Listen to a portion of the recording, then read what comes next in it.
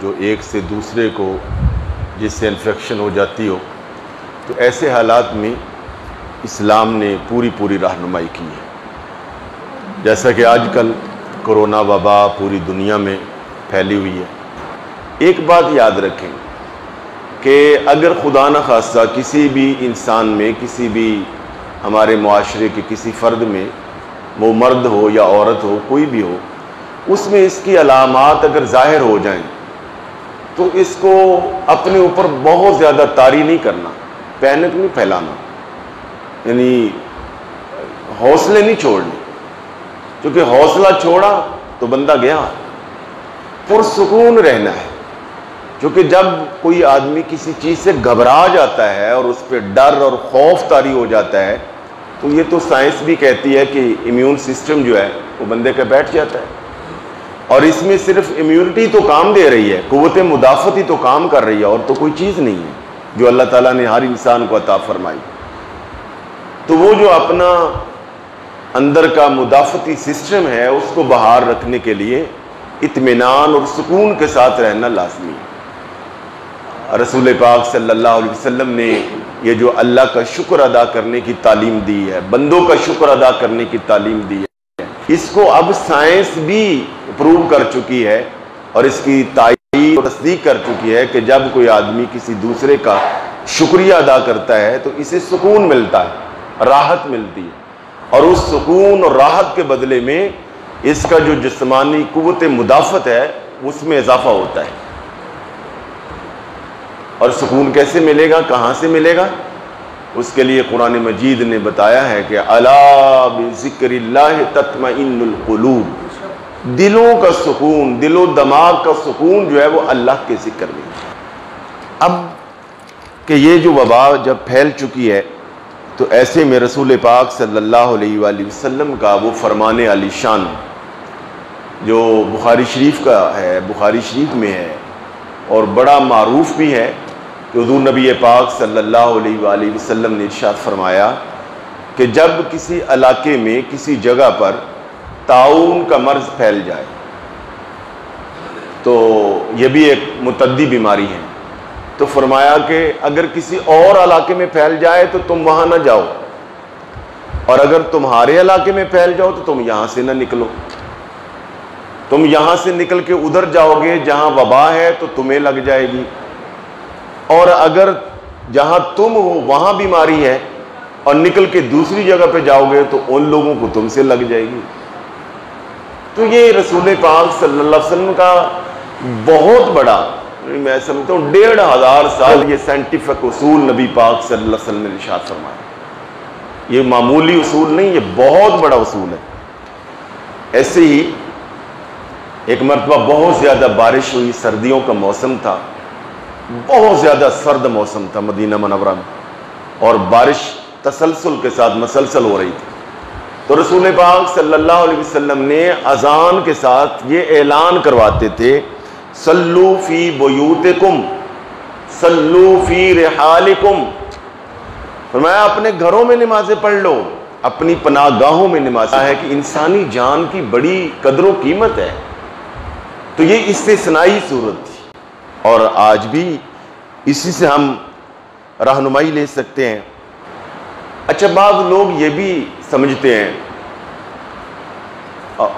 بعض اوقات کہ جی ہم تو چونکہ بڑے نمازی لوگ ہیں، 5 وقت وضو کرنے والے ہیں، تہجد پڑھنے والے ہیں، روزہ رکھنے والے ہیں، تراویح پڑھتے ہیں، بعض جو ہے وہ یہاں تک کہتے ہیں ہم تو مزارات پہ جانے والے ہیں، کئی سمجھ ہم تو چلہ لگانے والے ہیں، ہم تو بڑے پہنچی ہوئی سرکار، ہمیں کہاں چھونا ہے اس نے، تو کافروں کو مارتی ہے۔ ایسا نہیں ہے، بالکل غلط کنسیپٹ ہے۔ ساری دنیا کے نیک متقی اولیاء غوث قطب ابدال، ان کی شانیں عظمتیں رفعتیں جمع کر لی جائیں تو رسول کریم صلی اللہ علیہ وآلہ وسلم کا صحابی جس سواری پر سوار ہو اور اس گھوڑے کے پاؤں کو جو مٹی لگتی ہے اس مٹی کا بھی مقابلہ نہیں کر سکتے۔ صحابی تو سبحان اللہ درجہ ہی بڑا ہے۔ تو یہ وبا اس وقت ہی پھیلی تھی، یعنی اس کا نام اور تھا، اس کا نام اور ہے۔ تو یہ تاریخ کی مستند کتابوں میں موجود ہے کہ صحابہ کرام کے دور میں ایک مرتبہ طاعون پھیلی، اور آپ جانتے ہیں کہ حضرت عبیدہ بن جراح رضی اللہ تعالیٰ عنہ یہ اس وبائی مرض سے شہید ہوئے تھے۔ حضرت کتنا بڑا مقام ہے، کتنے پیارے صحابی رسول تھے، اجل صحابی تھے، یہ بھی اس طاعون کے مرض کا شکار ہو کے شہید ہوئے۔ نہ صرف خود، ان کی اہلیہ بھی اسی مرض سے شہید ہوئی، ان کے ایک صاحبزادے، ان کے بیٹے، وہ بھی اسی مرض کہ جی ہم تو بڑے نیک ہیں، ہم تو بڑے پہنچے ہوئے ہیں۔ نہیں بھائی، بیماری جب آ جائے تو بیماری کسی کو بھی لگ سکتی ہے۔ ہاں، اس میں کوئی شک نہیں ہے کہ نیک لوگ اگر اللہ تعالیٰ مہربانی فرمائے تو ان پہ ذرا رحمت زیادہ فرماتا ہے، ہاں جی، مگر آزمائش تو کسی پہ بھی آ سکتی ہے، نیک پہ بھی آ سکتی ہے، بد پہ بھی آ سکتی ہے۔ عبیدہ بن جراح اور حضرت معاذ بن جبل رضی اللہ تعالیٰ عنہ، ان کا جب وصال ہو گیا، شہید ہو گئے، تو ملک شام کے ان کے بعد جن کا سربراہ جنہیں بنایا گیا اور قیادت سونپی گئی، حضرت عمر بن العاص رضی اللہ تعالیٰ عنہ، عظیم صحابی تھے۔ جب وہ سربراہ بنے نا تو انہوں نے وہاں اسلامی ریاست میں، یہ شام اور اس علاقے میں ایک آرڈر جاری کیا، ایک حکم نامہ جاری کیا کمال کے۔ آپ نے فرمایا الوباء کالنار وانتم وقودها، میں سنو یہ جو وبا ہے یہ آگ کی طرح ہے، اور اے انسانوں تم اس کا ایندھن ہو۔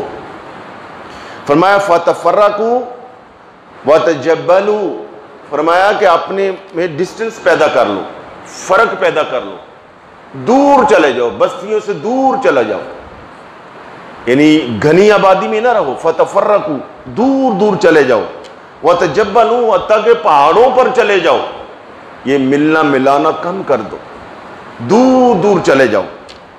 اور ساتھ آپ نے فرمایا سنو کمال کا اگلا، فرمایا یہ آگ ہے، آگ کا ایندھن انسان ہے، اور فرمایا جب اس آگ کو ایندھن نہیں ملے گا تو یہ خود ہی بجھ جائے گی۔ تو یعنی اس موقع پر ایک لفظ جو بولا جائے، یہ اس کو سوشل ڈسٹنس نہیں کہنا چاہیے، ہمارے بھی ادھر علماء نے یہ بات بتائی، اس کو فزیکل ڈسٹنس کہنا چاہیے، سماجی فاصلہ نہیں، جسمانی فاصلہ کر لیں۔ اور جسمانی فاصلہ کیا، ارطغرل نے اور ان کے جو لوگ ہیں، تو آپ چونکہ رہنمائی ان سے لیتے تھے تو پتہ چلا کہ وہ بہت شاطر لوگ ہیں، اور وہ کوئی ایسی چیز لگا دیتے ہیں کہ لوگ بے ہوش ہو جاتے ہیں یا مدہوش ہو جاتے ہیں تو اپنی بات منوا لیتے ہیں۔ تو وہ پروٹوکول وائز کچھ ایک قافلہ پہلے چلا گیا، تو شیخ نے کہا کہ ان کو کہیں کہ جب آپ جائیں تو آپ کے استقبال ہاتھ ملا کے نہ کریں، ایسے ہاتھ رکھ کے کریں، ایسے ایسے کریں۔ جب ایسے ایسے کریں گے تو آپ بھی جواباً ایسے کریں۔ وہ جو دشمن ہے وہ دیکھ لے گا، جو اپنوں سے ہاتھ نہیں ملاتا مجھ سے ہاتھ کیسے ملائے گا؟ تو کون کہہ رہا ہے؟ تصوف کا امام شیخ محی الدین ابن عربی، نہیں اسی تے ضرور ہاتھ ملانا ہے، سنت کے خلاف ہو جائے گا۔ نہیں خلاف ہو جائے گا، ہاتھ ملانا سنت ہے، جان بچانا فرض ہے۔ تو یہ چند دنوں کی بات ہے، ہم نفرت تھوڑی کر رہے ہیں خدا نخواستہ سنت سے۔ تو یہ کہنا کہ جی نہیں جی وہ جو ہوتا ہے اللہ کے حکم سے ہوتا ہے، جی بھائی اللہ کے حکم سے ہوتا ہے، تو آگ جل رہی ہے تو بندہ کیا انگلی رکھ دے؟ اور بعض لوگ کہتے ہیں کہ جی آگ نہیں بجھاتی، اللہ کا حکم بجھاتا ہے، اللہ کا حکم جلاتا ہے، آگ نہیں جلاتی، اللہ کا حکم جلاتا۔ بھائی اللہ کا حکم ہی جلاتا ہے، آگ کو کس نے حکم دیا ہے؟ اللہ نے۔ تو آگ سے بچنے کا کس نے حکم دیا ہے؟ اللہ نے۔ تو بھائی پھر کچھ خیال کرو۔ تو اس لیے یہ کوئی قدرت الہی کے خلاف نہیں ہے، یہ بھی قدرت الہی ہے کہ اس سے بچ جانا۔ اچھا یہاں پر ہے حضرت امام ابن حجر، بہت بڑے حدیث کے امام حافظ ابن حجر نے کہا جاتا، وہ فرماتے ہیں، فرمایا کہ ان ھذا رجس من السیل من تجنبہ واخفاہ، فرمایا یہ آگ ہے، یہ سیلاب ہے، بچے گا وہی جو چھپ جائے گا، جو سائیڈ پہ ہو جائے گا، جو بچ جائے گا۔ تو اس لیے آج میں بچنا کیا ہے کہ کچھ دنوں کے لیے فزیکل ڈسٹینس کر لیں، ہاتھ سلام منہ سے کر لیں اور یہ ماسک پہن لیں۔ دیکھیں عام حالات کے احکام اور ہوتے ہیں، عموم بلوا کا مسئلہ فقہ کی ہر کتاب میں لکھا ہے۔ عام طور پہ یہ ہے کہ آپ کے بدن پر کپڑوں پر اگر گلی کا بازار کا گندے پانی کا چھینٹا پڑ جائے اور وہ 1 درہم کی مقدار ہو تو آپ نماز نہیں پڑھ سکتے، مگر جب بارش ہو رہی ہو، نمازی مسجد میں آ رہے ہوں اور گلیوں میں پانی ہو تو وہ چھینٹا ہی نہیں، ساری شلوار بھی بھیگ جائے تو نماز پڑھ لیں۔ کیوں؟ اس کو کہتے عموم بلوا، بلا اتنی پھیل گئی ہے کہ بچا نہیں جا سکتا۔ عام حالات کا تو مسئلہ وہ ہے کہ اگر درہم کی مقدار میں اگر وہ چھینٹا لگ جائے تو آپ نے نماز نہیں پڑھنی، مگر یہاں کیا ہے کہ اگر آپ کے کپڑے کچھ نہ کچھ گیلے بھی ہو جائیں تو نماز پڑھ لیں، بھئی بچا نہیں جا سکتا۔ تو اس لیے یہ وہ ہے کہ آپ عام حالات میں نماز پڑھیں تو منہ نہ ڈھانپیں، مگر جب وبا ہو، بیماری ہو تو آپ ماسک پہن کے نماز پڑھ لیں، یہ جائز ہے۔ اگر بالفرض کسی امام کا یا کسی ٹیچر کا، کسی پڑھے لکھے آدمی کا، کسی مسلمان کا یہ اگر موقف ہے کہ بھئی میں نے نہیں پہننا، وہ توکل کا غلط اس کو مفہوم آ گیا ہے، وہ دوسروں کو تو مجبور نہ کرے کہ بھئی تم ہی نہ پہنو۔ تو اس لیے یہ اس پہ مسئلہ انشاءاللہ اس پہ پھر بھی عرض کریں گے، بار بار میں اس پہ عرض کرتا رہوں گا۔ اور یہ اس سے بچہ کیسے جائے؟ دیکھیں دونوں چیزیں ہیں، احتیاط بھی کریں، علاج بھی کریں، اور بھرپور طریقے سے اللہ جل شانہ سے دعا بھی کریں، دعا بھی کریں۔ اور دعاؤں کے لیے یہ پوری دنیا میں یہ بات پھیلا دیں جو اللہ تعالیٰ نے ہمارے دل میں ڈالی ہے، اور میں کہوں گا کہ یہ غیبی اشارہ ہے اور اس پہ آپ عمل کریں۔ آج کل تراویح ہم پڑھتے ہیں تو تراویح کے اندر جو ہم ترویحہ پڑھتے ہیں، دعا پڑھتے ہیں، دعائے تراویح، اس کے آخری جو کلمات ہیں بڑے کمال کے ہیں۔ اللہم اجرنا من النار، اے اللہ ہمیں آگ سے بچا لے۔